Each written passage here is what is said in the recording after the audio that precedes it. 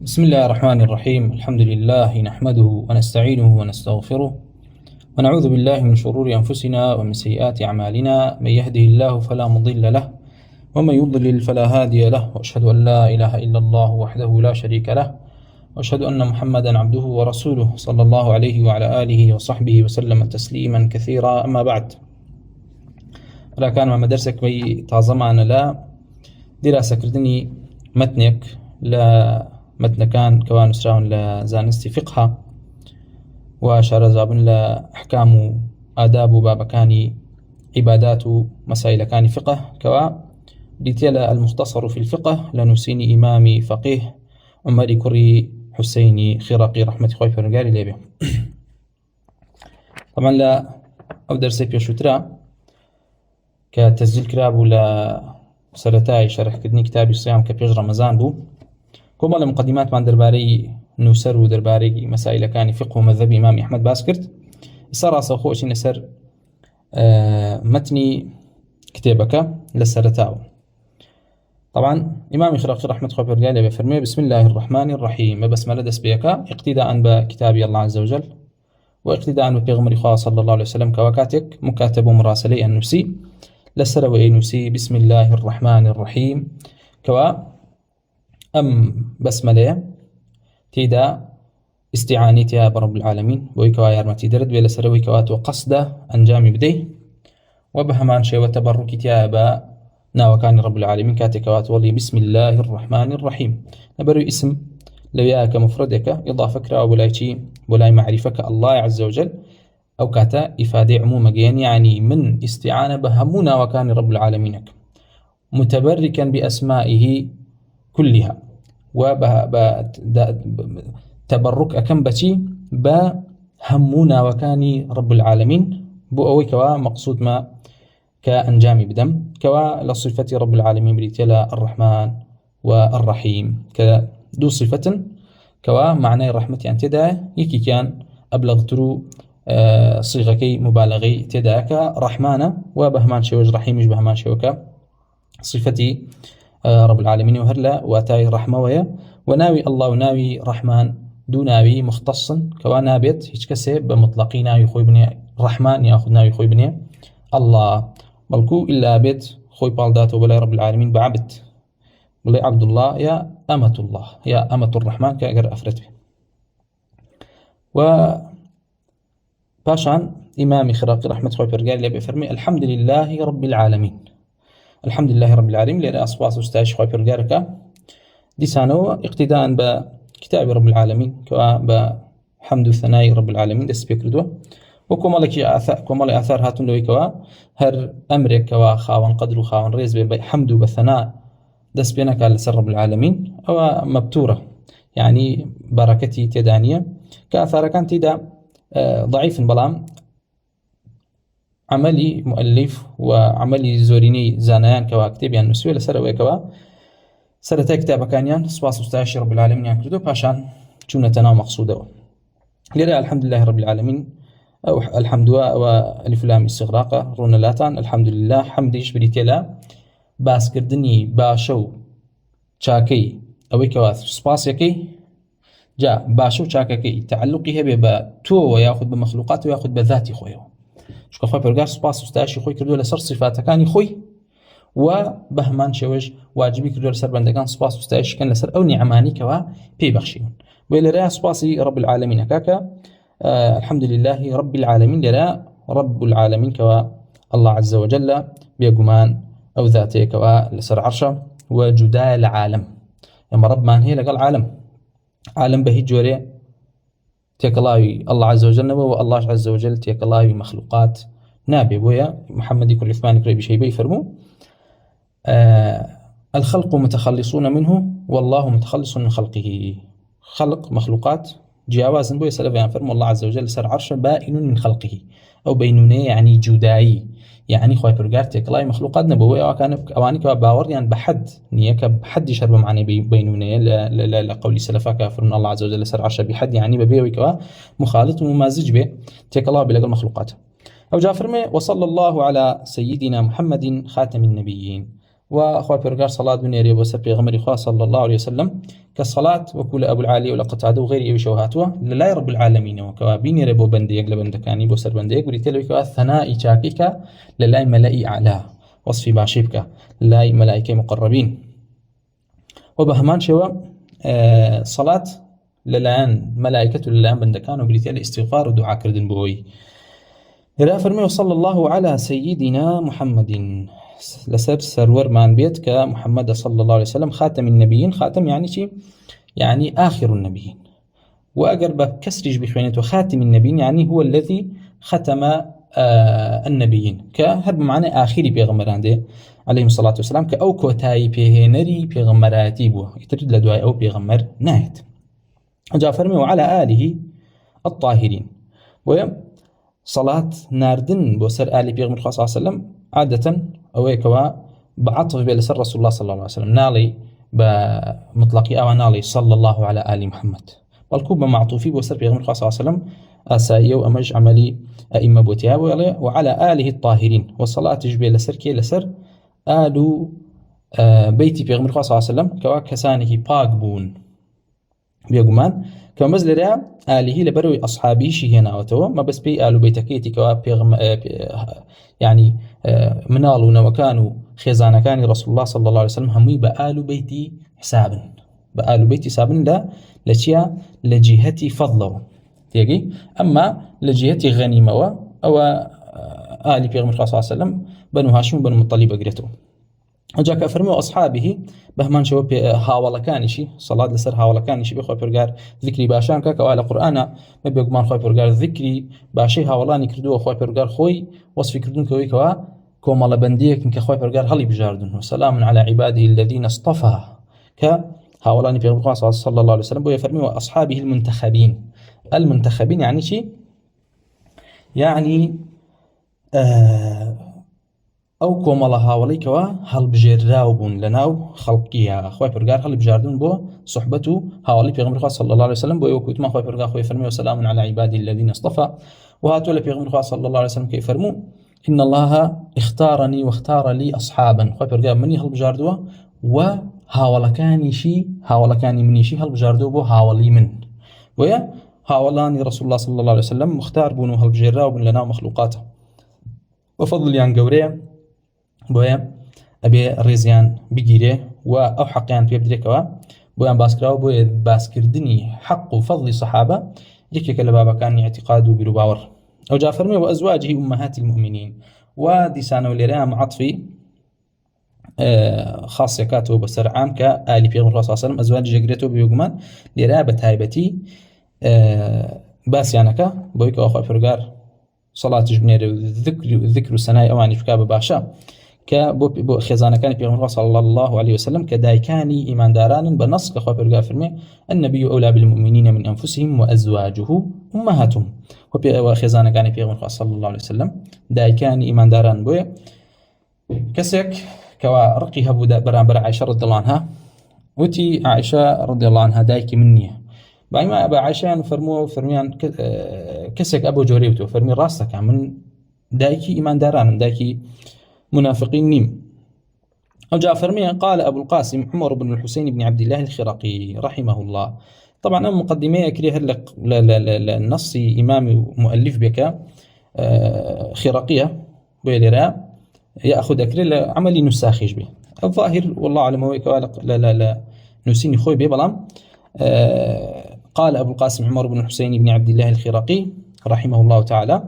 كمؤلفة فرمي أو فرميتي. اختصرت هذا الكتاب على مذهب الإمام أبي عبد الله أحمد بن حنبل أو أحمد بن محمد بن حنبل الشيباني رضي الله عنه. فرمي من كتابم كرت كردوته كاختصار عادة بتشي وتري بكرت كردنوي مسائل وتري ببيع ويكوا شبكي ببيع ويكوا خلل بجيني بمعنى وبمبسط وبمقصود. ويفرمي كتابم كرت كردوته لسر مذهب والربازي كي إمام أحمد كري حنبل كالشيباني رضي الله عنه ليقرب على متعلميه. طبعا ترى الديناردن بغير هاولان رضي الله عنهم يعني عرفك ياخذ جاديك مسلوق نبو والكت ترحما الربوان عادة. أفرمي بو لسر مذهب إمام أحمد رحمة الله برقاري بل يقرب على متعلمه تاوكو أويكوا أيوت فيري مذهب إمام أحمد بيت بو مسائل كان بو نزي كما مؤملا من الله عز وجل الثواب وكنت من مذهبش باب مذاهب أبيتو أقدار بكوا مسألة مذاهب كاتك تولي أما لسر مذهب أحمد أما لسر مذهب شافعي أما لسر مذهب مالك أو لمسائل اجتهادية تو اختيار مذاهبك يقرنا لسر مسائل إجماعات تونالي بلا ولا لسر مذهب أحمد أما إجماعي لسر بلكو وكنت ما خو برقار كم الله مسائلك جيهشتو بو استنباط كإمام شافعي رحمة الله برقار لي بيفرمو علم اتباع واستنباط علم بشيك اتباعك تويتر طواو بودنية بهي جوري قصيتي أبقي مخالفتي أنابت واستنباط وبشيك شيء استنباط ويبقى صلى الله عليه وسلم يفرمو الحلال بين والحرام بين وبينهما أمور مشتبهات لا يعلمهن كثير من الناس لبين حلال حرامك وملشتانك هن كواخلك كي زور نايزاني حكمك إيكي زاني زانايان أي زانن بو إمامي إسحاق كر الراهوي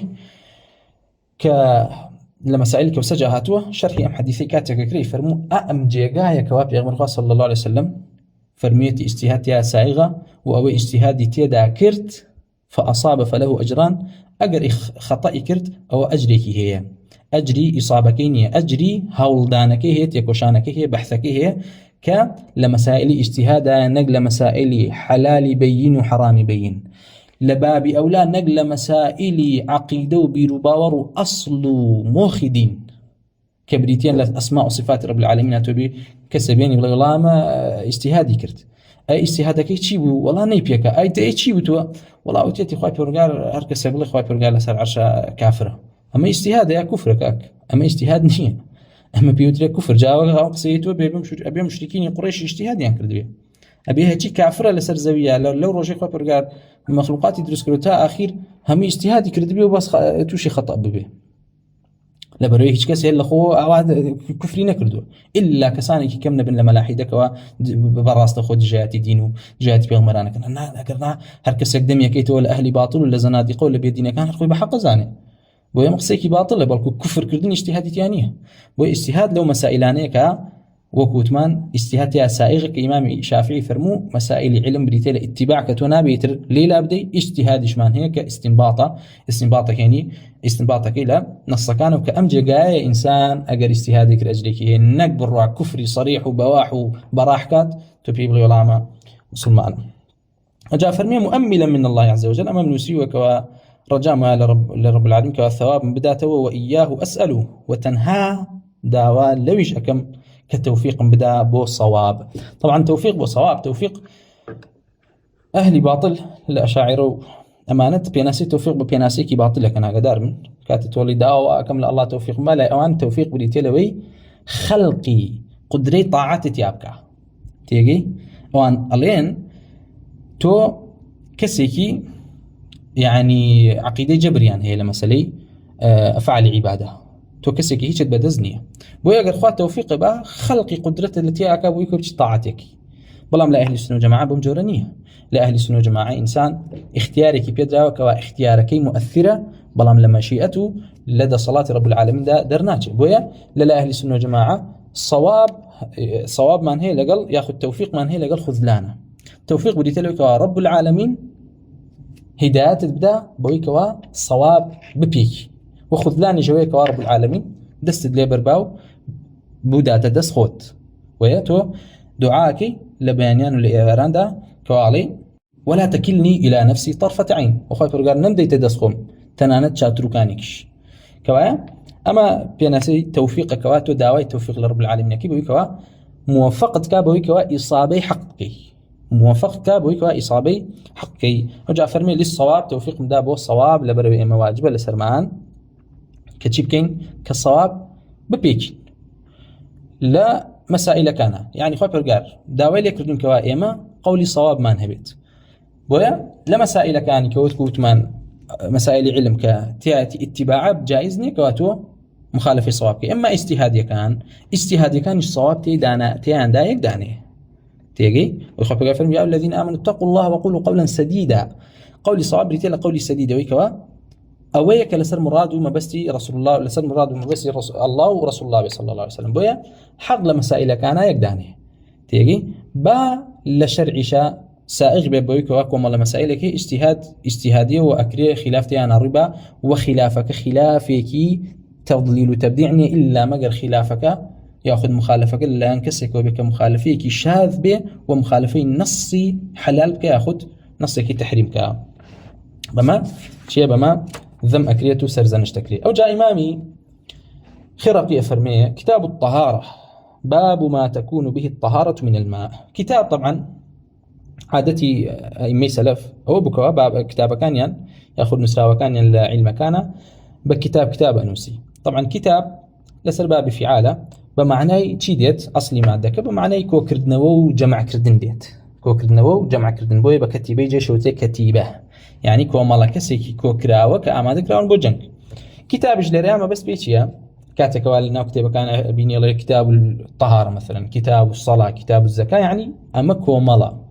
أبواب وفصولك كوكو كراتو درباري طهارة درباري مسائل كان طهارة ويبقى معناه يضموا جمع دي كتابي الله شيك لو هو كاراني كوابيوتي كتاب الله لبروي كومالا السورة يكو كومالا آيات يكو سورتك كو كراونة بيكو وجمع كراون لذا فرمي كتاب الطهارة طبعا ما بتنجور تقديرك هذا كتاب الطهارة هذا محله يا أقرأ كتاب الطهارة أكتب كتاب الطهارة أنواع وأشكال تقديراتي بوكري للآن أواني كوا لم باسياق سأكنوا طبعا يعني ترى ديك دسشان بطالة لبروي رونا معنا كي ديارة بوي بيني زورك لكتابة كاني متأخرين كابرا زور بمهمية من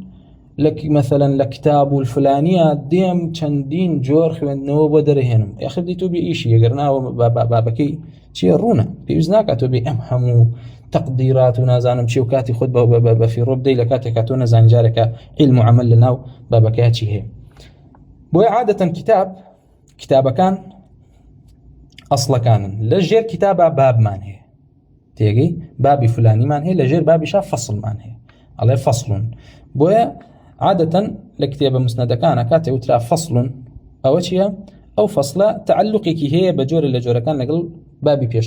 بيشتروها بلام مسليكي جواسرك هر تعلقي بو هيا أرجع فرمي باب ما تكون به الطهارة من الماء طبعا أبي ما اشتغل برشاو جرين كوابريتي لخطي نوسيني كتابي فقهي للآن أئمه بتابتي متن كان شو أنا ليرى إمامي خراقي رحمة خوي برجاري ليبي هاتوا كتابي طهاري بيشخصتوا باسكاني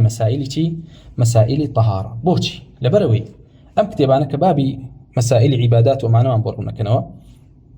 لسر أساسي رنكرنوي أحكام كاني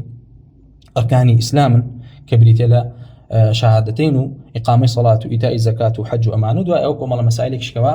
بابي آداب وكم الله مسائلك شكوا بابي معاملات بين خلقين وكم الله مسائلك شكوا بابي جهاد وبابي قتال وبابي غنيماتي كواهم يان مسائل شرعين بلام أقدمترين وجورترين يان لأعمالي جستو بدن ذاك أصلب وتوحيد وأصلب ودام زراندني إيمان بريتيل إقامة صلاة كاتك واسيري نيوش أكي كوار رب العالمين تشريعي كردو واجبي كردو لسر تاكتاكي خلقين سيركي أم نيوجا شرطي هي لسر كي واجب أبيت أو جا شرطكش دو جورة شرطي الصحة مان هي تيجي لقى شرطي وجوبا أم نيوجا لسر كي واجبك أو رونا لسر كسي بالغ عاقل إيمان دار بهمان شو أبي إيماني هبت وبهمان شو صحي لكي والصحيحة أم نيوجا ياخذ شرطي صحتي أم نيوجا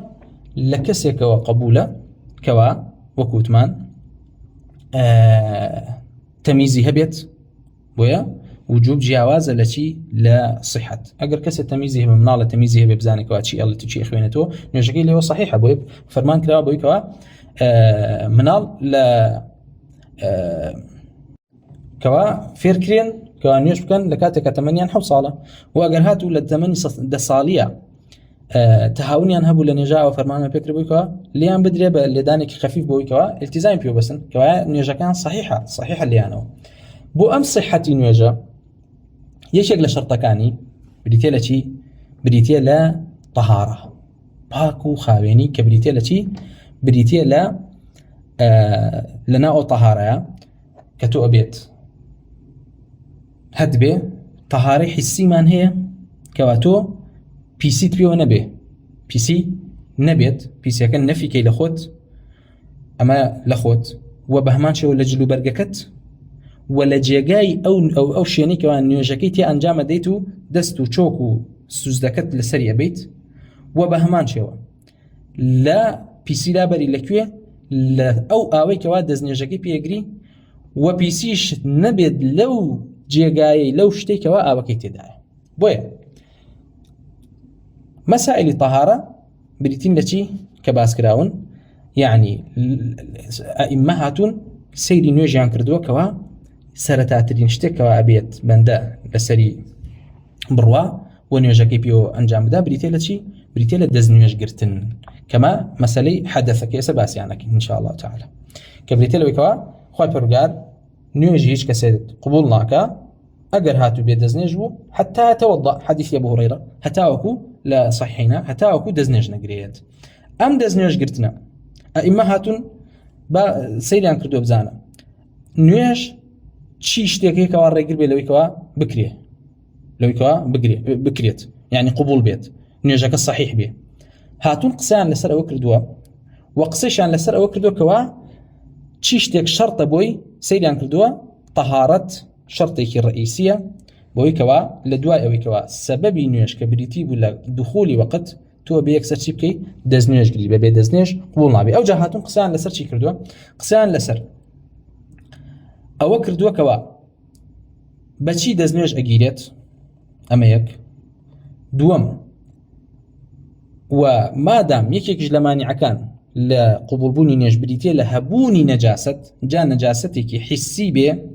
یاخود حەدەثێکی معنەویش بێ، هاتوون قسەیان لەسەرەوە کردووە ئەم نەجاستانە چین؟ قسەیان لەسەر نەجاست کردووە لە چیە؟ لە دنیای ئێمەیە کەوا چین ئەعیانەکانیان لە چی پێک دێت و ترتیبیان کردووە لەسەر چی؟ لەسەر ئەوەی کەوا فەرمویانە مثلا ئەکرەمەکم الله میز و پیسایی کە ئەم دوانە لە مەرتەبەیەکان کە پیسترینن لە ناو مەخلوقاتە. میز و پیسایی طبعا ئەمە باسی چیەکەن؟ میز و پیسایی هەموو مەخلوقات، میز و پیسایی هەموو بوونەوەران باسەکەین بە ئینسان و بە حیوانەوە. دوای ئەوە تۆ دێ ئەمە ئەسڵ وایە میز و پیسایی پیسن، ئەمما تۆ دێ ئیستیثناءەکەی لە دوای ئەوە کەوا هی کامانە ئیستیثنا کراون بۆی کەوا پاک بن لەوانە مثلا میز و پیسایی ئەوانەی کەوا گۆشتیان ئەخورێت، میز و پیسایی ئەوانەی کەوا گۆشتیان ئەخورێت لە حیوانات ئەمانە پاکن، زۆر باش. لە دوای ئەوە چیترمان هەیە؟ مەیتەمان هەیە، مردارۆ بوو و بە هەمان شێوە خوێنمان هەیە. ئەم دوانش دیسانەوە پیسن، مردارۆ بوو خوێن. ئەم دوانە پیسەکان لە خوار و چیەوەیە؟ لە خوار و مەرتەبەی ئەو دوانی پێشووە کە باسمان کرد لە جیهەتی چیە و لە جیهەتی ئەوەی کەوا دوایی باسیەکەین. لە میز و پیسایە لە کەم و زۆریا عەفو نییە، بەڵام لە خوێنە مثلا لە خوێنە یاخود ئاوێک کە مرداروی بیکتیا ئەگەر کەمێکی پرژەیەکی بەریکە و عەفو هەیە لە شەرعە. لە دوای ئەوە چیمان هەیە؟ لە دوای مەیتە و لە دوای خوێن لە ئەعیان مثلا لە مەذهبی ئەحمەدا سەگمان هەیە ئەکرەمەکم الله لەگەڵ بەرازە و بە هەمان شێوە خەمریشمان هەیە. وەکو مەڵە شتێکی تر کەوا لە شەریعە باسەکرێت لەوانی کەوا ئەو نەجاساتانی کەوا لە جەستە دەرەچێ مثلا قەیئە سەدید و ئەمانە کەوا ئەمانە کێ مۆژدەڕاعەت هەرچنە بە ژێربابی چیەوە؟ ژێربابی خوێنەوە بە هەمان شێوە لە ژێربابی مەسائلی میزە باز لە وەدی و مەذی کراوە و لەژێر سەگ و بەرازی شاباز لە لوعاب و مەسائلەکانیان کراوە. ئەمە ئەعیانە نەجیسەکان باس کراون لە کتێبی فقه. ئەوجا باسی ئەوشیان کردوکەوە ئەم نەجاستانە ئەبێ لە چی لا ببرین. ئێمە خۆمان لێ پارێزین لە کاتی نوێژە لە چی؟ لەوەی کەوا نابێ بە بەدەنتەوە بێ، نابێ بە جلەکانتەوە بێ. طبعا لەبەرەوەی لە نوێژاتەوە لە کتابی سەڵاتە باسەکەن کەوا نابێ نەجاست بە جلەکەتەوە بێ و نابێ بە خۆتەوە بێ و نابێ حاملی نەجاسەش بی، مناڵێکی لە باوەشا بێ و مثلا PCPO بێ نابێت. کەوایە ئەم نەجاستانە تۆ ئەبێ لە بەدەنت پاکی کەیتەوە، لە جلەکانت پاکی کەیتەوە، لە جێگای نوێژەکەت ئەم پیسایە نەبێ، لەبەرەوەی پیسی نەبێت، لەبەرەوەی نوێژەکەت صحیح بێ. و بە هەمان شێوە ئەو ئاوەی کەوا دەستنێژی پێگری نابێ پیس بێ پاک بێ و ئەو شتێکی کەوا ئاوی دەستنێژەکەتی تیابێ پاک بێ. ئەم مەسائلانە باس کراون بۆی بابی ئانیان هێناوە لەبەرەوەی کەوا ئاوی دەستنێژەکە کە تیاتی ئەحکامەکانی بزانی و تۆ بە کاملترین شێوە و بە پاکترین شێوە و بە جاهیزترین و ئامادەترین شێوە بوەستی لە بەردەستی رب العالمین لەبەرەوەی مناجاتی رب العالمینەکی لەبەرەوەی مناجاتی رب العالمینەکی هیچ کەسێک وەکو ئیماندار نییە هەر کاتێکەوە ویستی دەستنێژێکی پاک و تەمیزەگرێ لە جێگایەکی پاکە بەجلێکی پاکەوە ئەوەستێت و مناجات و یادی رب العالمینەکە و رب العالمینیش یەکێک لە قوربەکانی کەوا قوربی خاصی پێ ئەوترێ بریتێ لە نزیکبوونەوەی لە مصلی کەوا ينصب وجهه قبل المصلي کەوا رب العالمین ڕوخساری بەرامبەر کەسی نوێژ خوێن چیەکات دائەنێت کە ئەمە ڕوون و ئاشکرایە لە لاتان بإذن الله تعالى. بۆیە لێرەوە لە کتابی تەهارەوە دەست پێکەن ئەوجا لە ناو کتابی تەهارەیشە باز لە ئەو ئاوە ئەکەن یاخود بەو شتێکن کەوا تەهارەتی پێ دێتە جێ تێگەی تەهارەت بەچی ئەنجام ئەدرێت. لێرە ئیمامی خراقی فەرمێ قالە ئەفەرمێ والطهارة بالماء الطاهر المطلق. لێرە جملەیەکی هێناوە کە ئەفەرمێ والطهارة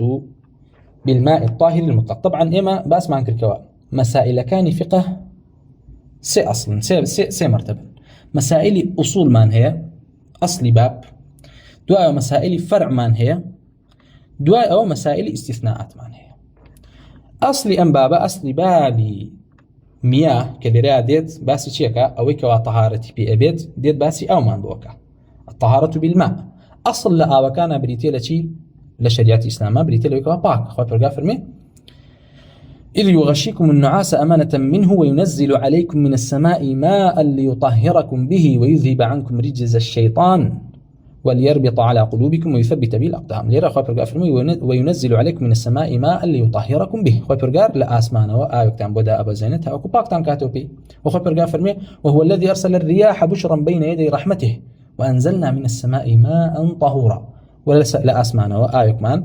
دابەزاندۆکەوە طهورە. طهور بریتێ لەوەی کەوا ئاوەکە خودی خۆی پاکە و پاکەرەوەشە زۆر باشە کەوا ئاوێکەوە لە ئاسمانەوە دائەبەزێت کە ئەسلی ئاوەکانە پاک. دەی ئێمە ئاوی ترمان هەیە بریتێ لە چی؟ ئاوی بەحر. پێغەمبەر صلی الله علیه و سلم پرسیاریان لێ کرد فەرمووی هو الطهور ماؤه الحل ميتته. ئاوی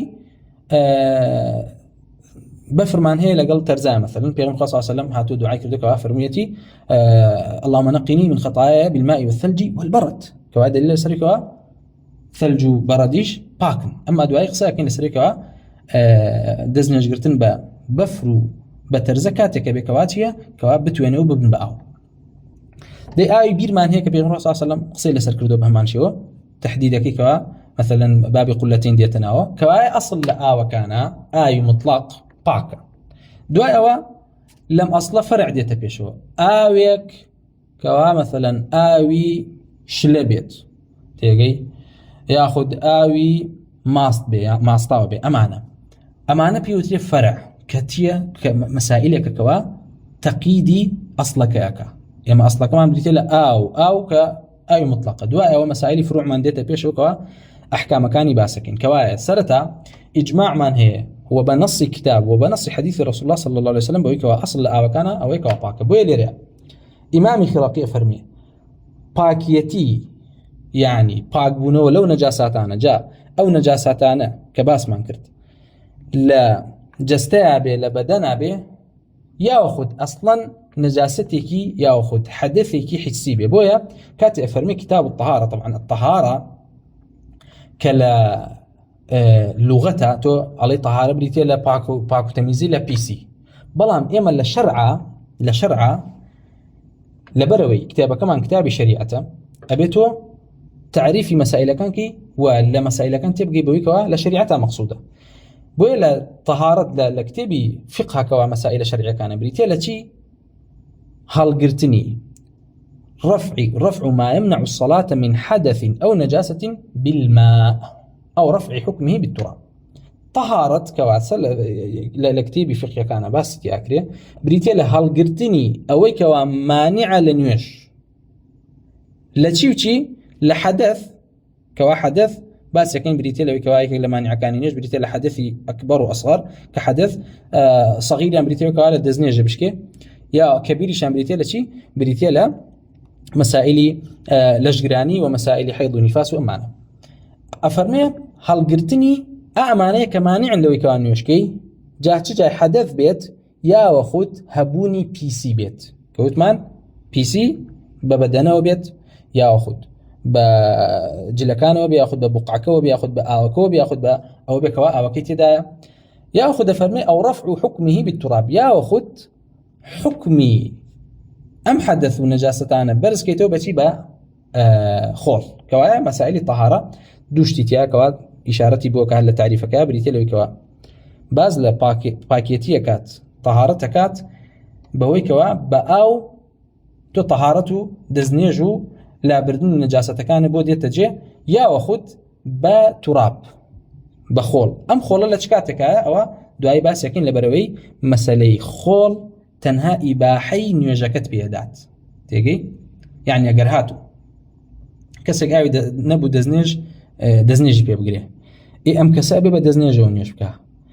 أم ترابا إباحي أوت بيدا ريجي أوت بيدا كاتو نيوش بكيت بوي كات ممكن بوي كات ممكن أجر كسر لشي جران بو كسك هي لشي جران مثلا توشي جنابة بو أيوشي دزناكي أم ترابا كبريتي لتيمم كردن إباحي أوي بيدا ريجي بيدا كوان نيوجاكاني بكات هتاوكو أقاد بأو كجشت بأو واجب لسري خوي بشوا جنابتك لسر الناقري بلكو إباحي بيدا بيكوا شبكات عبادتك كاني أنجام بدا كوالي راكات يفرمي طهارة أنجام أدريد كوا طهارة للنجاسات ولا حدث يشبه مانشي وباتشي أبيت بالماء الطاهر المطلق لراء وكب وصفك أبوي كوا أبيت طاهر بي لقلوي مطلق يشبه لراء دي تسر إشارة بمساليك ككبريتي لوي كوا أو تقسيمكات أم تقسيم كردني أويش تقسيمك استقرائي بو نصوصا كان شريعت كوا إن شاء الله تعالى دليل كان باسكين أويش بريتي لوي كوا لما ذهب إمام أحمد هو اللي ريش على صنيع إمام مصنفة كاتكوا فرمي بالماء الطاهر المطلق أو بزانا كوا أو لا لما ذهب إمام أحمد سيجور مان هي أوي طهور مان هي كبريتي لوي كوا أوي كخوي باكا وباكا روشة كأمي كوا إزالي نجاسي بي أكريت ورفع حدث شكات أميك دوم آيك من هيك طاهرة كأم أو طاهرة لخويا باكا ويقر برجستك كوي بيسدناك بلام نجاسات لا نابت باشا ورفع أحداث جناكا بلكو استخدامك ريو بكارهن ري لشيا لعاداتا لا عاداتا أمدو سهم آي بيسا آي بيسيش حكمكي بريتي لشي كوا باسكرا بوي كوا نا رفع حدثك بلكو بيستك أقل بردكوي واستخدامج ناكريد لشيا أصل واكوا استخدام نكري لبريخوا بروغار خبائث بيسكاني حرام كردو لمان ويا باز لو أكري لمسائل في خاكوا أجر هاتو آيك هبو بيزبو أو ديري بيكري بو ميوجاتش أو هيش حيوانات وشو دقر بيخواتو حكم جلاليان بيدري بيوتري بلام بكار هنري بو أوي كوا مثلا كابرا زرعاتك يا صوزة ميوجاتي هي أو داريان بيكا بيقومان لما ذهب إمام أحمد فرمين نخير نابت ماشي بيبكري لبروي بيز بو بيسيش خو بيرجع حرامي كل السمان كوا نابي استخدامي كينو أصل جواي كوا دستت بري نكوي تو خوي لي باريزي بوي كوا نبر جستت كوا و بهمان شوا بر أوش تعنيش نكوي كوا بكاري هنيد بوي لي رأى فرمي طهارة دي تجي والطهارة حاصلة نتواني بلي خبرك بريتي حاصلة بالماء الطاهر المطلق بو آوا باكي كوا مطلق ما بس بيتي مطلق بريتي لوي كوا أو آوا إضافة نكرابيت بولا يشتكي تر يعني نو ترابي آوي باقلة آوي شلا تيجي يا آوي نسك يعني مثلا ماست آو أمام آوي مطلق يعني تنهى ناوي آوا أنجا أما خاليكم كفرمي الطهارة بالماء الطاهر المطلق الذي لا يضاف إلى اسم شيء غيره الذي ميتر بيان وصفي شيء حالي أو مطلقية كواتيا كوا إمامي خراقي فرمي أأمي كوا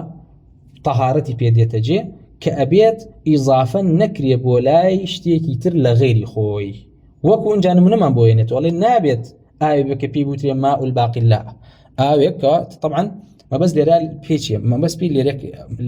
لێرەیە ئەوەیەکەوە ئاو کۆمەڵە شتێکی تێکەڵاو ئەکرێت کۆمەڵە شتێکی تێکراو ئەکرێ وەکو مەثەڵەن پاقلەی تێیەکەی خۆی وردە ئەم ئاوە چیە بێ ئەم ئاوە تامی پاقلە ئەگرێ و ڕەنگی پاقلە ئەگرێ یا وماء الحمص یاخود نۆکی تێکەڵاو ئەکرێ یاخود ماء الورد گوڵی تێکەڵاو ئەکرێت یاخود زعفرانی تێکەڵاو ئەکرێت ئەمانە کاتێکەوە وترا ماء الزعفران وماء الحمص وماء الباقلا ئەفەرمێت طەهارە بەم ئاوانە نایەتە جێ لەبەرچی لەبەرەوەی ئیضافە کراوە بۆ لای غەیری خۆی کێسە إن شاء الله تعالى تقسیمی ئاوەکانتەمە باسەکەین بەزارێکە بە تعريفك وياخذ نصك مؤلف تبقي إن جافرمي وما أشبهها مما لا يزايل اسمه اسم الماء في وقت أفرمي وغير أمش ك أو كإضافة كلاب ولا يشتانك كوا أوشتان لا يزايل اسمه اسم الماء في وقت كوا أوشتان بجورك إضافة كلابتنا ولا أو كإتر طواو كإتر طواو بيوي اللي كابيتن لا أو كان بيته اللي رأى بس تبي شيء إمام خرقي اللي رأى بس بيوي كجاري واهي شتانك تيكلاوي أو ابن كوا تيا كوا سرتا أو كإضافة كتب ولا يمشته بلام دعي نامينه مثلا تولي قراو ها كاتك باران أبارية سيركي أو يقديت سرتا قراو بلام دعي ورده قرك أنيشيت نالي قراو أقرته بو ناوا أصلكي خوك بيوتري أو ليري أما حخالي يكم جاري واهي بهمان شوا قصكي مؤلف ليري ما بس بيتشي جاري واش هي أو إضافة أكريب ولاي شوينك بو وقت يعني بو بولاي جيجايك كوافرمي مثلا علي آوي ربار آوي بير آوي كانياو ليري إضافة كريب ولاي كانياو ربار بو بير كأوك درهنا لبيرك إضافة كنما هربيلي أو ما أو لكان يقدر هنا بيت أو كوايا إمامي خراقي لريا دقيقة لا هرو شيكا كوايلت بويا فرمي بآوك طهارة دروستك كآوك مطلق بيب تنها بي بوتري أو وإضافة نكري بولا يشتانك كواتيك لايبون مخالطي بونوتيك لايبون يا أخد بمرجع أوشتاني كواتيك لايبون بهي الجوري لي جيانا ببنوا بوي كوا طواو آوك بوبا مضافي أوان أجر هاتو شتێک تێکەڵای بۆکو قڕوەک وتمان ئەگەر نیشت ئەوە ناوت تێقڕاو بەڵکو ئەبێتەوە بە ئاو ئیضافەکە نامێنەوە بە هەمان شێوەش احتیرازی کردو خۆی پاراستۆ لە چی مەبەستەوەیەکەوە کۆمەڵە جاری وا هەیە ئاو ئیضافە ئەکرێ بۆ لای چی بۆ لای مەکانەکەی بەڵام کاتێک کە ئاوەکە دەرکرد لەو جێگایە ئەوە ئیضافەکە نامێنێ بۆیە ئەمانە ناگرێتەوە کەوا فەرمێ ئەما ئەگەر ئەم ئیضافانی تیا بوو ئەوە تەهارەتەکە دروز نابێت طبعا لسه دليل شتكاني باسك إن شاء الله تعالى جاء فارمي وما سقط فيه مما ذكرنا أو غيره وكان يسيرا فلم يوجد له طعم ولا لون ولا رائحة كثيرة حتى ينسب الماء إليه توضئ به ولا يتوضأ بماء قد توضئ به أما مسألة كتير بقى لها شرح أصلي أم بشيك واستا إمام خراقي رحمة الله فرقالي لي بباسي كرت بخوين أوش بريت لتشي أويكوا طهارة بأو أبيت بأويكي مطلق كوتمان خواه برقا فرمي ماء طهورا وخواه برقا فرمي درباري دزنش قرتن خواه برقا فرمي يا أيها الذين آمنوا إذا قمتم إلى الصلاة فاغسلوا وجوهكم وأيديكم للمرافق يتاوكوا كواقات أوي خواه برقا فرمي فلم تجدوا ماء فتيمموا فلم تجدوا ماء أوتان دزنكوت إلى مفهوم إمام خرقيو أي ما ويكوا اللي راح يقول فرمي أو تان دزنكوا أو كي أو كما بس بي أو كي مطلقة دواج بس لخلاف يعني كندر باري هو كواهني كان لنا كأكل را ما كعام ما دام ما هبي بلام لرا إمام خرقيو مذهب إمام أحمد ويكوا ما كي مطلق بكوا إضافة نكلا ولاي هش تكتير كأمة خوي برجار فرميتي أجر أما هبو أبي بوا دزنيش قرن وأما يكوا دزنيش بي حاصل بي أي أجر أما أنا بو أو توريبو تيمم أو تقري بوتيمم يعني فهمي أم بابا لآياتك لم آياتوي وبهمان شوي لكم الله أحاديثه وكباس يعني كي خو برجع فرماني كردو تو بأو دزنيش بجري أجر آي مطلق أم أو مطلقي كوا إضافة نكرا ولا هيش تيكيتر أم أو دزنك وتوشي بوتيمم كوا نايبة ئاوی پاق لەو نۆکا و ئەمانە دەستنوێژگری، چونکە ئەمە ئاوی مطلق نییە، ئەمە ئاوی مطلق نییە، بۆ ئەگەر ئەمەت هەبوو ئەم ئاوەشت پێ بێتەوە ئاوی مطلقت پێ نەبوو ئەچی تەیەمومەکەی، ناچی بەم ئاوە دەستنوێژگریت، ناچی بەم ئاوە دەستنوێژگری. بۆیە لێرەیە ئیمامی خیڕەقی بەیانیەوە کەکەوە دەستنوێژگرتن بە ئاوێک دێتە جێ کەوا چییە؟ کەوا ئاوێکی مطلقە و ئیضافە نەکراوە بۆ لای هیچ شتێکی تر، ئیضافە نەکراوە بۆ لای هیچ شتێکی تر. دەی لێرەیە بە باس دەو ئاوانەکەین کەوا ئیضافە ئەکرێن. ئەبێت تۆ بزانی بارەک الله فیکم کەوا ئەو ئاوانەی کەوا ئیضافە کراون و تەهارەتیش پیان نایەتە جێ کە ئەمانە پیان وترێ ئاوێکی پاک یاخود ئاوی طاهیر بەڵام مطهر نین و ئیضافە کراون، ئەوە سێ جۆرن. یەکێ لەوانە ئەوەیەکەوە ما لا تحصل به الطهارة رواية واحدة. لما ذهب إمام أحمد باز لم جورك راوة به جورك خلاف نبوة لقول إمام أحمد كوا أم جورة مضافانة كآوية كن إضافة كراون بولاي شتيكي تر أو به جورك دزني جامبيون أجري و بهمان شو إزالة نجاسة شامبيون أجري أجر بيسيا بجلك وبم أوانه لا ناتش حكم كان لا ناتش. وهو ثلاثة أنواع كما قولي ابن قدامة طبعا إخواني نوا أم أوانش تنيكن أم جورة إضافية ياخذ أميك وإمام أحمد به جورة خلاف نبوك وكوا طهارة يا حاصل نابه سدانا يكم جوريان كوا هيش خلاف إلا قول إمام أحمد كطهارتنا يتجبيان أماش سي جور آون أحدها ما اعتصر من الطاهرات كماء الورد وماء القرنفلي وغيره أبيش كم الآيك من هي أم آوانا لشتانێک دەرئەهێنرێن کە خۆیان پاکن، وەکو ئاوێک کەوا لە گوڵ دەردێت،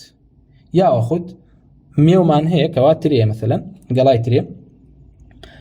قەدەکەی ئەبڕیت ئاوی تایە، ئەم ئاوانە کەوا ئاوی گەڵایە ئاوی دارە یاخود ئاوی گوڵە ئەمانە ئیضافە کراون بۆچی؟ بۆ حەقیقەتەکان کە ئاوی گوڵە یاخود ئاوی قەرەنفولە یاخود ئاوی دارە ئەمانە بە هیچ جۆرێ دەستنوێژیان پێ ناگیرێ، هەرچەندە خۆیان پاکن ئەخورێت بەکارەهێنرێ، بەڵام دەستنوێژیان پێ ناگرێ بۆی کەوا حەدەث لا نابن و جەنابەت لا نابن و بەهمان شێوە ئەگەر پیسیەک بەجەستەوە بوو یاخود بەجلەوە بوو ئەمە بە هیچ جۆرە چی ناکات، حکمەکەی هەڵناگرێ و پاکی ناکاتەوە. جۆری لەمیان ما خالطه طاهر فغير اسمه وغلب على أجزائه. جۆرێک ترمان هەیەکەوە ئاوەکەمان هەیە، ئاوەکە خۆی ئاوێکی طەهورە، شتێک لە شتە پاکەکان تێکەڵاویە بێ و وای لێ دەسەگرێ بەسەر ئاوەکەیە و وای لێیەکەوە ئەم ئاوە پاڵدرت بۆ لە ئەو مەثەلەن شەربەتمان هەیە تێگەی ئاومان هەیە لەگەڵ ئەو تامایەکەوە تێکرێت کە داخل بوو ئەمە بۆی پێوترا شەربەت تەواو، ئەمە چییە؟ ئەمە تەهوریەتی ئاوەکە ناهێڵێ بەوەی کەوا چییە؟ بەوەی کەوا دەستنوێژی پێ ناگیرێ و نەجاسەتیشی پێ لا نابرێت، نەجاسەتیشی پێ لا نابرێت. ئەمانە بە هیچ جۆرێ خلاف نەبوو. یاخود حیبرمان هەیە مەثەلەن ڕەنگێکە ڕەنگی حیبرە کەوێتەوە ئاوێکەوە، یاخود سرکەیەکە کەوا چێتە ئەکەوێتەوە ئاو تێگەی ئاومان هەیە ئاوەکە پاکە سرکێتی ئەکەوێت، ئەمانە هیچی چینین هیچی دەستنوێژیان پێ ناگرێ و نەجاسەتیش لا نابن ئەگەر هاتوو بەجلەوە بوون. سێم شتمان هەیە، سێم جۆرمان هەیە کە ئەمە هیچ بە هیچ جۆرە لە مەذهەبی ئیمام ئەحمەد خلافیانە بکات دەستنوێژیان پێ ناگرێومانە. سێم جۆریان ئەوەیە کەوا ئاوێکمان هەیە کەوا شتێکی تیا تەبخ کرێ لێ بنرێ وە گەرم کرێتیایە بە جۆرێکەوە تەواو تام و بۆنی ئەوە گرێوەکو ئاوی پاقلە یاخود ئاوی نۆکە نۆکاوە ئەمانە بە هیچ جۆرێک دەستنوێژیان پێ ناگرێەوە خلافیتیانی. دەی جۆری دووەممان هەیە لە مضافاتەکان، باشە جۆری دووەممان هەیە کە ئیضافە ئەکرێن بۆ ئاوی بۆ لای ئیضافە ئەکرێ کاتێک گرتیان کەوێ بریتین لە چی؟ بریتین لەوەی کەوا ئاوێکمان هەیە شتێکی پاکی تێ ئەکەوێت کە ئەم شتە پاکە بە ئەنقەس تێکرێت خۆ تێیەکی شتێک نییە کە وایتر تۆ بە هیچ توانایەکەنەوێ بەسەری و نەتوانیکەوە خۆی لێ پارێزی بەڵکو بە ئەنقەس تێیەکی ئەویش بریتێ لە چی؟ بەهۆی ئەو شتەوە کەواتی کەوتووە لە شتە پاکەکە لەو شتە پاکی کە کەوتوتە ناو ئاوەکەوە یەکێک لە سفاتەکانی ئاو ئەگۆڕێت، یان تامی ئەگۆڕێ بۆ خۆی تێگەی، یان بۆنی ئەگۆڕێیان ڕەنگی ئەگۆڕێت. باشە ئەلەم کاتەیە وەکو مەثەلەن پاقلەمان هەیە، نۆکمان هەیە، زعفرانمان هەیە، هەر بە ساغی مەثەلەن ئەیکێتە ناو ئاوەکە و سەیرەکەی تۆ زەمێنێت لە ناو ئاوەکەیە وای لێت بۆنی ئاوەکە ئەگۆڕێ تامەکەیشی ئەگۆڕێت تێگەی. ئەمەش بەهمان شێوە دەستنێژی پێ ناگری پێوتری ئاوێکی پاک کەوا تۆ بەکاری هێنی لە عاداتە بەڵام لە عیباداتە بەکاری ناهێنی بۆی کەوا ڕەفی ئەحداثی پێ حەدەثی پێ بکەیت و خۆی پێ بشویت لە غوسلی جەنابەت یا خود پیسی پێلابەری بە جلو بە مەکان و بە جێگاکانەوە ئەمانە طهوریەتی ماءەکە ناهێڵن. باشە طبعا هەرچەند ئەم جۆرەیان اختلافێکی لە مەذهبی ئەحمەدا بەڵام مەشهور لە مەذهبی ئەحمەدا ئەوەیە کەوا دەستنێژی پێ ناگیرێت تێگەی مەشهور لە مەذهبی ئەحمەدا ئەوەیە کەوا دەستنێژی پێ ناگیرێت. جۆری سێمان هەیە لە مضافەتەکان کەوا ئیضافە کراوە ئاوێکە و ئیضافەش کراوە بەڵام چیە بەڵام دەستنێژی پێ ئەگیرێت دەستنێژی پێ ئەگرێت بە بێخیلاف لە مەذهبی ئەحمەدا. ئێستا بۆی سوورەکەتان لە دیار بێت ئەو کە لێرە ئیمامی خێراقی فەرمووی طەهارەت ئیتر طەهارەت لە حەدەث یاخود لە نەجاسەت بە ئاوێکی طاهری مطلق دێتە جێ کە ئیضافە نەکرابێ ئەم ئیضافەیە ئەگەر هاتو ئاو ئیضافە کرا سێ جۆرمان هەیە. جۆرێکیان ئاو ئیضافە ئەکرێ بۆ شتێک کەوا لە مەذهبی ئیمامی ئەحمەدا و بە هیچ جۆرێ دەستنێژ بەم ئەوە ناگیرێت. جۆرێکی ترمان هەیە سەریکەن جۆرێکی ترمان هەیە قەولی ئیمامی ئەحمەد تیایە دوو قەولە تێگەی قەولی ئیمامی ئەحمەد تێدا دوو قەولە هەر ئاوەکەشی بۆ ئیضافە کراوە وەکو ئاوی پاقلە یاخود ئاوی نۆک بەڵام بە مەرجێ تەبەخ نەکرابێت یایە هەر تی کەوتووە بەڵام سێرەکەی وردە ئاوەکە خۆیتەوە تامی نۆکەیە تامی پاقلەدا لە مەذهبی ئیمامی ئەحمەدا لێوەی هاتووەکەوە دەستنێژ بە مەش ناگیرێ. لەر هەنێ ڕیوایەتە هاتووە فەرمی ئەگەر هیچ ئاوێک نەبوو بەس ئەم ئاوەی لێبوو دەستنێژی پێ ئەگیرێت دەستنێژی پێ ئەگیرێت. ئەما قەولی ئەحمەد. جۆری سێمان هەیە هەر ئیضافە کراوە بۆیە لێرەیانها ئیمامی خراقی فەرمووی مما لا يزايل اسمه اسم الماء في وقت. جۆرە ئیضافەتێکە با ئیضافەتش کرابێ ئاوەکەشی بۆ مضاف کرابێ بەڵام هەر دەستنێژی پێ ئەگیرێ کەو ئاوانە چین ئەو ئیضافاتانە چین بریتین لەوەی کەوا ئاوەکە ئیضافە کرابێ بۆ لای مەحەل و بۆ لای جێگایەک بۆ لای مەحەل و بۆ لای جێگایەک وتمان ئاوی بیرە یاخود ئاوی ثەلجە یاخود ئاوی بەڕەدە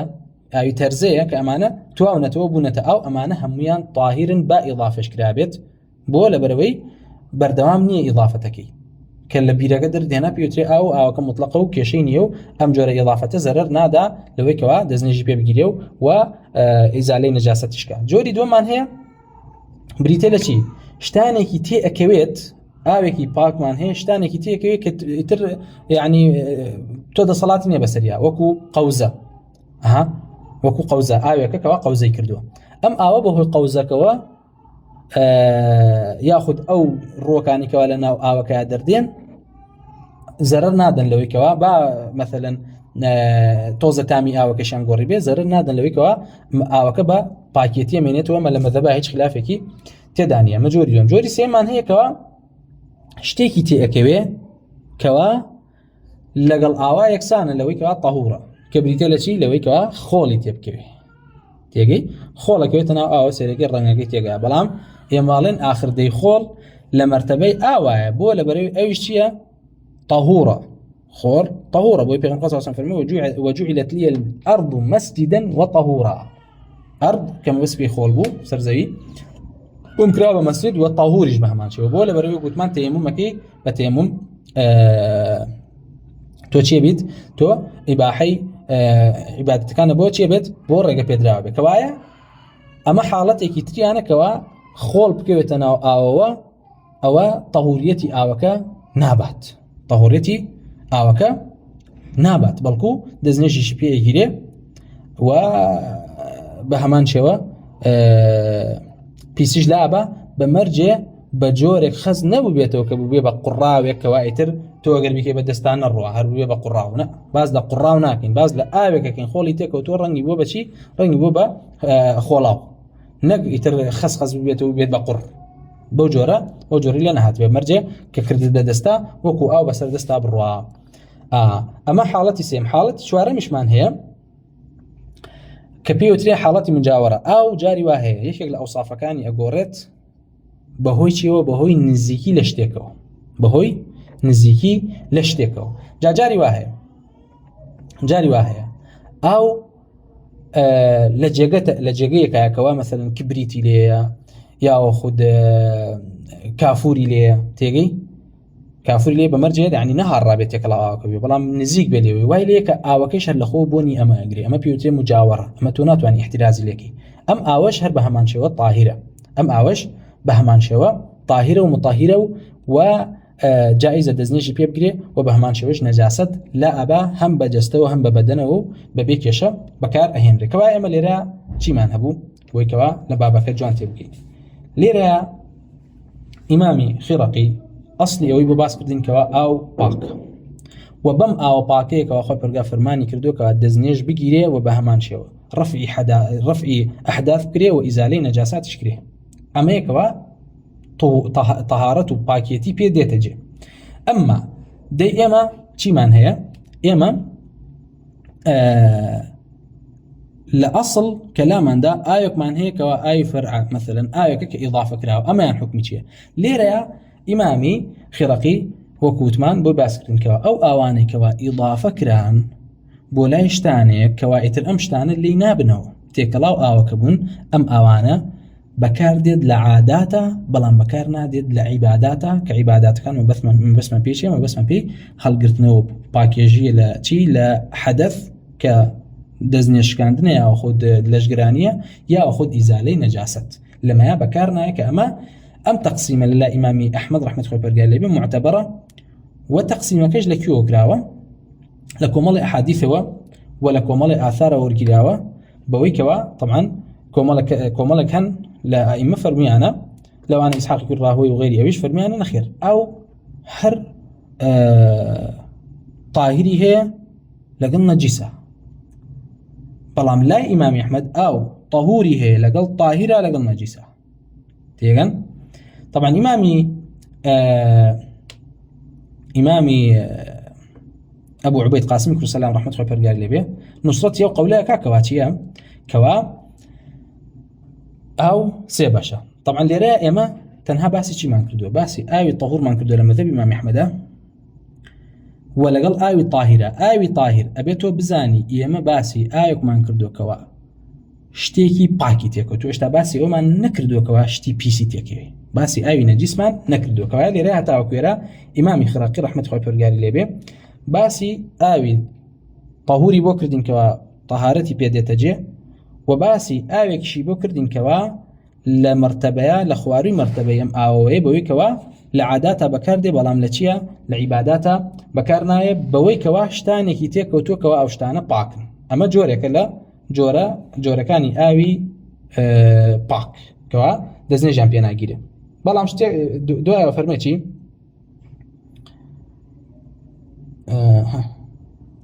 دواء انجاره باز لا مسليكي ترمان بوكا انجا فرميت سيريكا وما سقط فيه واجر شتانك تيكو او كواتيكو مما ذكرنا لو كواباس مانكر او غيره ولا جيجا اوج وكان يسيرا بلام كمبو فلم يوجد له طعم سيريكا كوايا يكل اوصاف كان اي بينا غورا فلم يوجد له طعم ولا لون ولا رائحه اما هتاو كيساتو بيبزاني باسمان لآويكي باكرت شتانيكي باكي انتي اكون يشيق لأوصافكاني اقورن يشيق لأوصافكاني اقورن يان لوني اقوري يان تامي اقوري يان بوني اقورت اما انا من باس كردو تاسا اي قرشتانيكي تيكو كوا نرنجي قوري لشتانيكي باك لوي كوا باس كلا لنوكي تيكو باقلي تيكو قولي تيكو ياخد زعفراني تيكو امانيكو تناو آويكو بلام ام آوا نبونكي قرا نتامكي نرنكيشي حتى وكو وايلي بك آوكي بو بال بديتو بلي آوي باقلا ياخد آوي نوكو آوي فلان وآوي فسار أو فرميت توضئ به أو دزنيجي بي أجري يعني شي يعني سلبي طهوريتي ناكا طهوريتك اللي ناسنيتو بالكو دزنيجي بي أجري انجا دعاء وباسي شي من بوكا ولا يتوضأ بماء قد توضئ به ولا يتوضأ بماء قد توضئ به انجا طبعا ما باز لشتيكا كاكوا اما اجماعيه طبعا مثلا ابن قدامه اجماع يرته فرمي ولا نعلم خلافا بين اهل العلم في جواز الوضوء بماء خالطه طاهر لم يغيره الا ما حكي عن ام هانئ حتى اخر كيسب بيتانا جاء ابن المنذر بهمان شوا ابن المنذر اجماع يرته الا خلافك يسير نبي درباري وكوا ئاو ئەگەر هاتوو شتێکی تێکە و لە شتە پاکەکان بەڵام وەصفی نەتامی نەبوونی نەڕەنگی نەگۆڕی ئەوە بە بێگومان چییە بەبێ ئەوەی کەوا خلافە بێ لە باسەکەیە دەستنێژی پێ ئەگیرێت دەستنێژی پێ ئەگیرێت ئیلا خلافێکی یەسیر نەبێتەوە هاتووە لە هەنێک لە ئائیمەوە بەوەی کەوا وتیانە ئەگەر هاتوو لە تەنانێکت کردە ناو ئاوێکەوە و ئاوە دەستنێژی پێ ناگرێمە قەولی ئیمامی زوهری بۆ جۆری وتۆ بەڵام خلافەکە چییە خلافێکی بەهێز نێتیدا بەڵکو چییە بەڵکو جمهور و زۆرینەی زانایان فەرمیانە چێ بەوەی کەوا ئەگەر هاتوویەشێک لە ئەوسافەکانی نەگۆڕا و ئاوە ئاوێکی تەوورە ئێمە تەنها باسی ئەوە ئەکەینکەوە یەکێک لە ئەوسافەکانی گۆڕا بەڵام بە مخالەتە و بە تێکەڵبوونی چی بە تێکەڵبوونی شتێکی پاک دەی ئەمە بوو بە طاهر ئەنجا باسی حاڵەتی ترمان بۆکە ئەفەرمێ ولا يتوضأ بماء قد توضئ به دەی ئێمە حاڵەتێکی ترمان بۆ باسەکە فەرمی بەڵام بە هەمان شێوەش دەستنوێژ ناگری بە ئاوێک کە دەستنێژی پێگیرا بێت زۆر باشە کەوایە ئەم ئاوێکەوە دەستنێژی پێگیراوە لا ئیمامی خراقی ئاوێکەکەوە طاهرە باش و بەڵام مطهر نییە کەوایە ئاوە ئەگەر هاتوو کەسێک دەستنێژی گر بە ئاوەکەی لە ناو منجەڵەکە هەرماوەتەوە مثلا لیان ناو تەشتەکە هەرماوەتەوە ئەم ئاوە لە لای لە مەذهبی ئیمامی ئەحمەدا دەستنێژی پێ ناگیرێتەوە گەر کەسێ دەستنێژی نەبێ تێگەی و بە هەمان شێوەش نەجاسەتی پێ لا ناچێت بەڵام ئەگەر خۆی بەرەکەوێ پاکە هیچ نییە لە کاتێکە هیچی تێکەڵاو نەبووە نە ڕەنگی گۆڕاوە نە هیچ شتێکی لێ هاتووە دلیلی ئەمەمان چییە ئەم مەسەلەیەکەوە ئەمەش جۆرێکە لە چی جۆرێکە لە ئاوەکان کەوا ئاوێکی طاهری پێوتێکەوە خلافەکە لەمەیە چییە تۆزێ شیدەتی تایە بۆیکەوە ئەفەرمون ئەم ئاوە هەنێ لە زانایان ئەفەرمون ئەم ئاوە مادام ئەوسافەکانی نەگۆڕاوە هەر دەستنێژی پێگرێ با ڕەفعی حەدەثیش پێکراوێ بەڵام لە مەذهبی ئیمامی ئەحمەدا ئەم ئاوەکە مادام ڕەفعی حەدەثی پێکراوە دەستنێژێکی پێگیراوە دەستنێژێکی تری پێ ناگیرێتەوە بەڵکو پاکە بەکارهێنی لە عاداتە بەڵام بەکاری ناهێنی لە چیا لە ڕەفعی حەدەثە کێسە إن شاء الله تعالى تأصيلك باسكين كشونه حديثك رسول الله ما هيك صلى الله عليه وسلم حديث أبو هريرة فرمي بيقول صلى الله عليه وسلم لا يغتسل أحدكم في الماء الدائم وهو جنوب أم حديثك بيقول صلى الله عليه وسلم فرمي با هل يكيق لأيوة لناو آويكي راوستاوا كجاريني وناروا نتشتناوي كغسل لخوي دركا لكاتك أو لجنابتها أم حديثة لێرەیە نەسەکەی بریتێ لە نەهی بەڵام مەفهومەکەی ئەمە منطوقەکەی نەهید لێکاکەوە بەوەیکەوە تۆ نابێ بچیتە ناو ئاوێک کەوا چیە ڕاکی دەوەستاوە و غوسلی خۆتی تا دەرکی مەفهومەکەی بریتێ لێکەوە غوسلەکە دەرناچێت بۆ سەبەبەکەی چیە لەبەرەوەی غوسلەکە دەرناچێت دەی لێرەیە ئەئیمە فەرمون ئەمە دلیلە لەسەر ئەوەی کەوا ئەگەر هاتوو ئاوێک بەکار هاو لە ڕەفعی حەدەثە ئەوە جارێکی تر بەکار نایەتەوە بۆیە ئەم کەسێکەوە چووە ناو ئاوەکە قاچی کەوتە ناو ئاوەکە بەشێک لە جەستەی کە بریتێ لە قاچێتی حەدەثەکەی بەم ئاوە دەرچوو بەڵام باقی جەسەدی بەم ئاوە حەدەثەکەی بەرز نابێتەوە لەبەرەوەی ئاوە بوو بە ئاوێکی مستعمل لە فەهمی ئەم حەدیثەوە ئیمامی ئەحمەد و ئەوانەی کەوا لەسەر ئەم مەذهەبن فەرمیانە ئەگەر هاتوو ئاوێک بەکار هاو بۆ دەستنێژگرتنیش بە هەمان شێوە ئەوە جارێکی تر بەکار نایێتەوە بۆ ڕەفعی حەدەث ئەوە جارێکی تر بەکار نایێتەوە بۆ ڕەفعی حەدەث ئەمە ئەسلی یاخود دلیلی مەسەلەکەی بۆ ئیمامی ئەحمەد ڕەحمەتوڵڵی خۆی بەرگای لێبێ ئەیفەرموو طبعا صالح ليبرسي يتوضأ الرجل بوضوء الرجل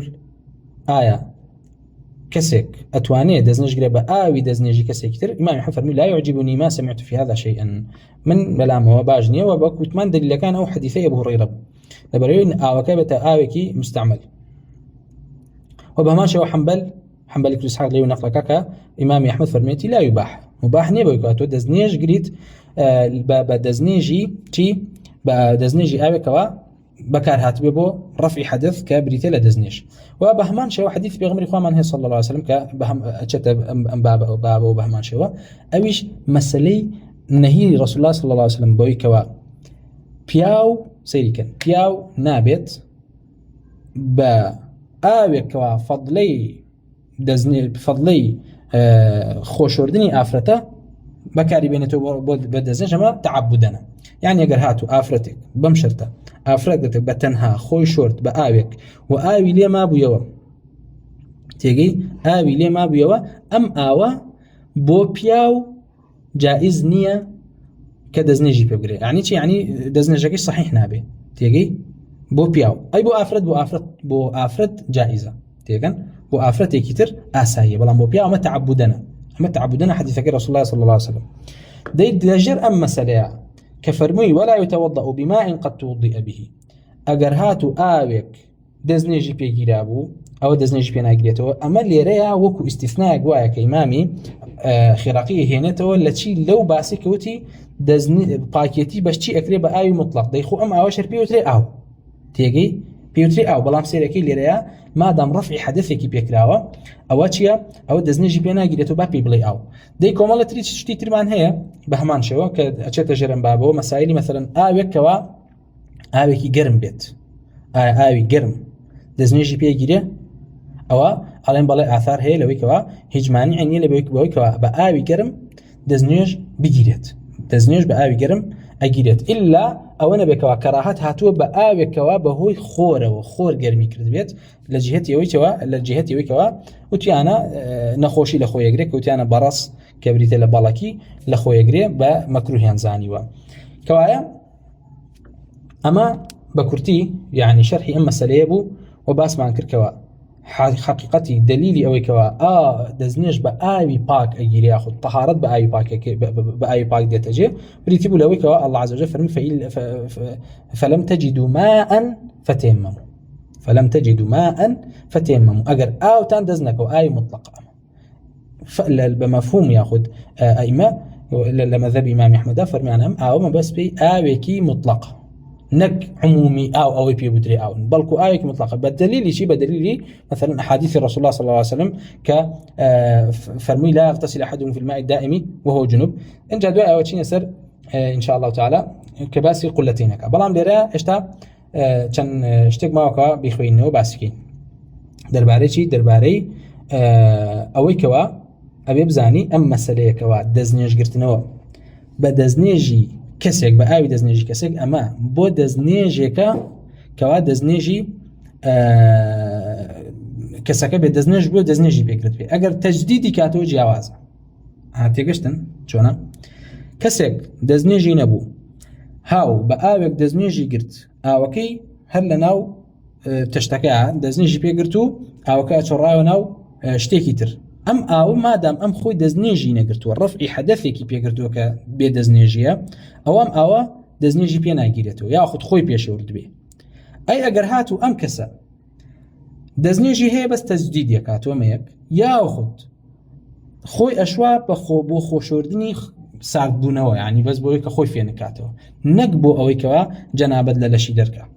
ئەڵێن ئەم دوو ئاوە وەکو ئەوە وایە ئەم ئاوە بەسەر جەستێکی پاکە ڕۆشت بێ، ئەم ئاوە جائزە بەکار بێتەوە بۆچی؟ بۆ دەستنێژگرتنەوەیکی تر و ڕەفعی حەدەثی پێ بکرێت. کەوایە ئاگادار بن لێرە کە فەرمی ولا يتوضأ بماء قد توضئ به، ئەمە بۆ وەضوء و یاخود بۆ دەستنێژی کەسێکە کە ئەسڵان دەستنێژی نەبوو. ئەگەر خۆی دەستنێژی هەبوو بێت بەڵام تەجدیدی وضوئی پێ بکاتەوە، ئەماڵێن ئەم ئاوە تەنها وەکو چی وایە؟ وەکو ئاوێک وایەکەوە بەسەر دەستی ئینسانێکا بڕڵاو یاخود هیچ حەدەثێکی هەڵ نەگرتووە، چونکە ئەم کەسە محدث نەبووە، ئەم کەسە محدث نەبووە، کە جارێکی تر جایزە چی بکەی؟ جارێکی تر جایزە بەکاری بێنیتەوە. بۆیە دەربارەی ئەم مەسەلەش کەوا ئایا ئاوێکە دەستنێژی پێگرا بەکارهێنێتەوە اختلاف هەیە. بۆ ئیمام ابن المنذر فەرموو ذكر اختلاف أهل العلم في الطهارة بالماء المستعمل في الوضوء والاغتسال. اختلف أهل العلم في الوضوء والاغتسال بالماء المستعمل، فقالت طائفة لا يجوز الوضوء به،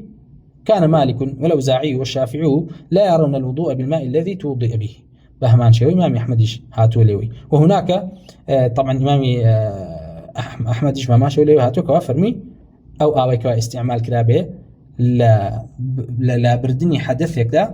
جایتر خۆشوردن بێ غسلی جەنابەت بێ یاخود دەستنێژ بێ ئەوە بەکار نایێتەوە. وەکو دلیشان چی بوو؟ حەدیثەکەی پێغەمبەر خوا بۆ کە فەرمووی لا يغتسل أحدكم في الماء الدائم وهو جنوب. فەرمیان ئەمە بە مەفهوم لی تێگەنکەوە ئەم کەسە مادام ڕەسوڵ الله نەهی لێ کردووە ئەگەر هاتوو خۆی کردە ناو ئاوێکەوە لە کاتێکە ئاوەکە چی بوو؟ ڕاکد بوو کە ئینشاءڵڵا دوای باسێکن کەوا بەمەرجێ ئاوەکە چی نەبێت ئاوەکە جاری نەبێەوە بەمەرجێ مەثەلەن باس کراوە لەوەیکەوە یعنی مستەبحەر نەبێت ئاوێکی زۆر نەبێت با جاریش نەبێت بەڵام ئاوێکەوە مستەبحەر بێکەیتر نەزەح نەکرێ ئەسڵەن ئەمە زۆر بێ ئەمەیان حەدیث پێغەمبەر خوامان صلی الله عليه وسلم کە فەرمێتی الماء طهور لا ينجسه شيء ئەمە بمفهوم الحديث فرمون چی ئەفەرمون ئەم حەدیثیان بۆ ئاوێکی زۆرە ئەمەشان بۆ ئاوێکەکەوا کەم بێ و جاریش نەبێ کەوایە ڕەفی حەدیث ئەگەر بە ئاوێکرا کە وەستا بوو ئەوە چییە ئەوە کەسەکە هەم ئاوەکەی کردو بە ئاوێکی مستعمل و جارێکتر بەکار نایەتەوە هەم غسلی خۆشی دەرناچێت هەم غسلی خۆشی درناچ. جاء ابن المنذر فرمي قال طائفة بلام طائفة يكفر عن العلماء لا بأس بالوضوء بالماء المستعمل لأنه ماء طاهر لبروي أوكي باكا وليس مع من أبطل الطهارة بهذا الماء حجة وليس لأحد أن يتيمم وهو يجد الماء. طبعا لراك شي الرودات أما سلي خلافة قال لك شو الرودا لوي كوا أمزانا يفرميان أوكي دزنيجي بي قرابة دزنيجي بي ناجيريتوا أفرمون أجر هاتو تنها أم أو بي ولا جاكا كسك دزنيجي بي قرتو أو كتان بي ما وتوشتا تو تي دزنج گری تو کاتی نێژ هاتووە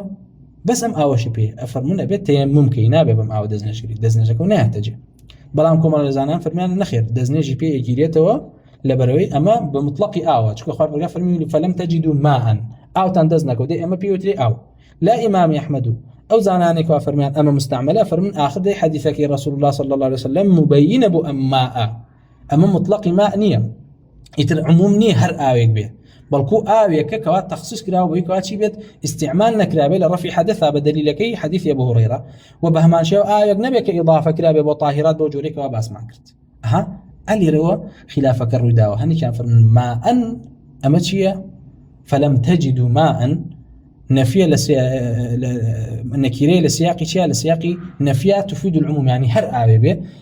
أي مكان تشك فرميان آوي مستعمل للرفع حدث بكارنايته فرميان دائما حديث رسول الله من هي أم آوى بيان كرابويكوا آوي كي مطلق بك الرفع حدث بين كرابي وبهمان شو مخالطة طاهراتي تينكوت بيت اللي روى مسألة كشية مسألة خلافة كرر دعوة لبين علماء جاء فرمي طبعا ما لإمام علي وروايات كلا وكوا نابت دزنيج با آوي مستعمل بكري وبهمان شولا أبو أماموك للصحابة روايات كراوة أما بكرتي يستا شرحي دو أصل ما انكرت ياخد دو مسألة ما انكرت لمسألة كان كوا بسائل طهارة أو ما نزاني كوا أبيت طهارتي بكري وأو أوي كوا بي سي لا أبات وبهمان شو باس مان كركوا جوري كتر أو من هي لمذهب إمام أحمد كبريتي لآوي باك كوا بكار دل عاداته تيجي بلان بكارنا العبادات ويكوا رفي حدثناك وإزالة نجاسجناك وبهمان شوش باسي أو من كركوا آويك كوا للرفع حدثها بكار هاتبيت جاري كتر بكار نايته للرفع حدثها بمرجك كسكا محدث ببيش أو يعني دزنيج هر نبو بيت أما أجر هي ببيه والتجديد بيكردوتو كوا بآوكا تنها بسر دستيكي باكا رشت بيو أسايا بكار بيتوا لبري رفع حدثي بينكراو طبعا لريا يكشت هي كاباس كده أو يج لريا إمامي خرقي فرمي ولا يتوضأ بماء قد توضئ به أو إمامي خرقي لريا مذهبي ويكوا فرقناك لبيني آويك كوا دزنيجي بيو جيرابي بو كسك دزنيجي هر نبو بيت يا أخذ بيبيت بوي لريا مذهبي خرقي لما أو بكوا أو يكوا بمطلقي هر آويك دزنيجي بي جيرا دزنيجي بي ناجيرا تورشان لمذهب إمام أحمد رواياتك هيكوا تشيا كأم آوا مانعني ليك بكار بيته ولا بري تنهاوك ووايا كسي خوي بيشورد بي بو تبريد بوخو في نكرنوا بلام لا لما ذهبي خرقيات ظاهري قولك لي راوي كما ما دام استثناء نكردو مطلقي فرمتي هر آوي دزنيجي بيجرا او لا او وايا كوا دزنيجي تجديد بي ياخذ دزنيجي دامزران بي هر تشيناكات هر دزنيجي بي ناجريتو لعبادتها بكار نايتو ازاله نجاسه بي ناكري وباس يوش مانكر كوا لم موردها باز لوكرا لو اكري لاي زانان فقه كآوك كافرد خوشورد بي وبتنها كزني بيني بيت او اويك والي امينتو بو بياو بكار ناي بياو بكاري ناي والله افرد خوان لبين خوانا افرد كتير تواني بكاري بينه والله ما تعبدنا و مەسایلەکەی حکمەتەکەی تێدا نەزانراوە و باسی ئەومان کردکەوە دیسانەوە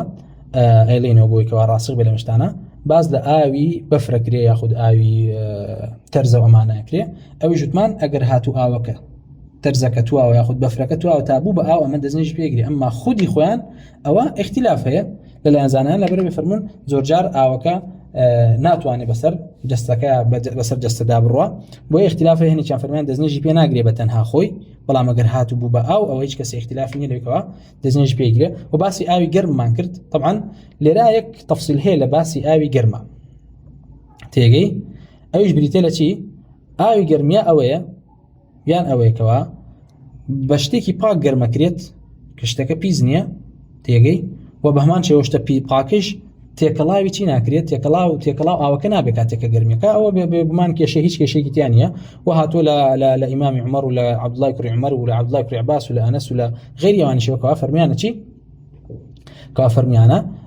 هیچ کێشەیەکیان نەبوو لەوەی کەوا بە ئاوی گەرم دەستنێژگرێ و عەبدوڵای کوڕی عومەر فەرمانێک کرد لە کاتی سەرمایەکەوە ئاوی بۆ گەرم کرایە بۆ دەستنێژگرتن بەڵام ئەگەر هاتوو ئاوێکمان هەیە ئەم ئاوە بە پیسی بە شتێکی پیس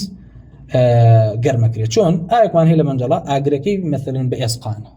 کابرای ئێسقانی کۆمەڵ ئێسقانی لەویا بینیوە کوی گرێتەوە گڕێکی پێوە ناو چی پێکات ئەم ئاوای پێگەرمەکات ئەوە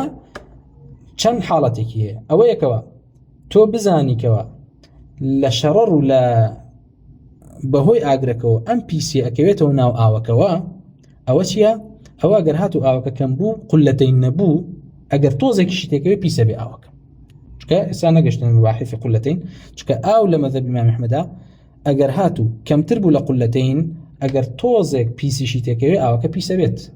بۆیە لێرە ئەو ئاوێکەوە ئەگەر کەم بوو خەریکی گەرمکردنی بوو پیسی بە شتێکی پیس گەرمیە کردوەشت هەنێک لە پیسێکە کەوتەوە ناو ئاوەکە پیسە بێ و بە قەڵک نایە و جایز نییە بەکاری بێنێ جۆری دومان هەیەکەوە چییە ئەی پارێزێ شتێکی داوە بەسەر یاکەوە نێڵێ پیسەکە کەوێتەوە ناوی بەڵام ئەم شتە سەیرەکەی شتێکی ڕەکی کە کافی نییە تۆ لە گومانە ئاەتی ئەکەوێتی ناکەوێت ئەمە مەکروهە بەکاری بێنی ئەمە مەکروهە ئەمما ئەگەر هاتوو حائلێکی دانابوو لە بینی ئاوەکە و ئاگرەکەیەکەوە بە هیچ جۆرە نەیەهێشت پیسی ئاگرەکە ئەو شتێکەوە ئەی سووتێنێ ئاگرەکە دووکەڵ و شتەکەی بچێتەوە بەسەریا ئەوە چییە؟ ئەوە ئەگەر هاتوو مانیعەکە حەسین بۆ حائلەکە و شتێکەوە داینابوو نەیەهێش بە هیچ جۆرە پیسی تێکەڵاو بێتەوە ئەوە هیچ مانیعەک نییە لەوەیکەوە ئەو ئاوە بەکار بێتەوە با بە نەجاسەتیش چی کرابێ با بە نەجاسەت و بە پیسیش گەرم کرابێ خۆ ئەگەر هاتوو دووکەڵی ئەم نەجاسەتە مەثەلەن بوو بە بخار و دوایی دڵۆپەی لێکەوتەوە ئەو دڵۆپە ئەگەر هاتوو بەرجەستەت کەوێ یا بکەوێتەوە ناو ئاوەکە پیسەکات ئاوەکە پیسەکات و ئەو پیسە بە بوون بە دووکەڵ نابێتە شتێکی تاهیر بۆ ئەم ئەحکامانە باسەکەین بۆیکەوە بزانن ئەئیمە ڕەحمەت خۆی پەروەردگاریان لەبێ کاتی ئەم ئەسڵانیان داناوە بە کەلامێکی قەلیل بە متنێکی مختصر ئەوە چەندین ئەحکام هەیە لەسەری کەەوە ئەمڕۆ خەڵکانێکی زۆرە بینی ئەسڵن بێگان لێ ئەسڵن بێگان لێ لە کاتێکا مەسائلی پاکردنەوە و مەسائلی تەهارەت و دەستنێژگرتن و خۆپاکردنەوە و بە پاکردنەوەی شوێنی نوێژ و جەستەت و جلەکانە لە پیسی مەسائلانێکی زۆر گرنگن کەوا ئەسڵی دینەکەتی پێوە وابەستە بۆ ئیمامی ئەحمەد ڕەحمەت خۆی پەروەردگاری لێ کتابی ئەوترا کتابی تەهوری نووسی بوو کەوا مەسائلەکانی تەهارەتمانی تیا بوو ئەڕۆژ دەیخوێندەوە بەسەر تەلەبەکانی و ئەیان فەرمووە ئەمە کتابی ئەسڵی دینە لە بەرەوەی تعلقی بەچەیەوە بەچیەوە بەنێژەوە بە صحەتی عیبادەتەکانتەوە بۆیە زۆر گرنگێکەوە ئەم مەسائلانە بزانی بۆیە ئەمەش بە تۆزێ بە تەفسیل باسمان کرد و دابەزین تێدا ئەگەر نا ئینشاء الله تعالى مسائل طهارة درسێکی ترا تەواو بێ بإذن الله تعالى وجاشينا سەر ئانیە و مەسائلەکانی تر والحمد لله وصلى الله وسلم على رسول الله وعلى آله وصحبه أجمعين والسلام عليكم ورحمة الله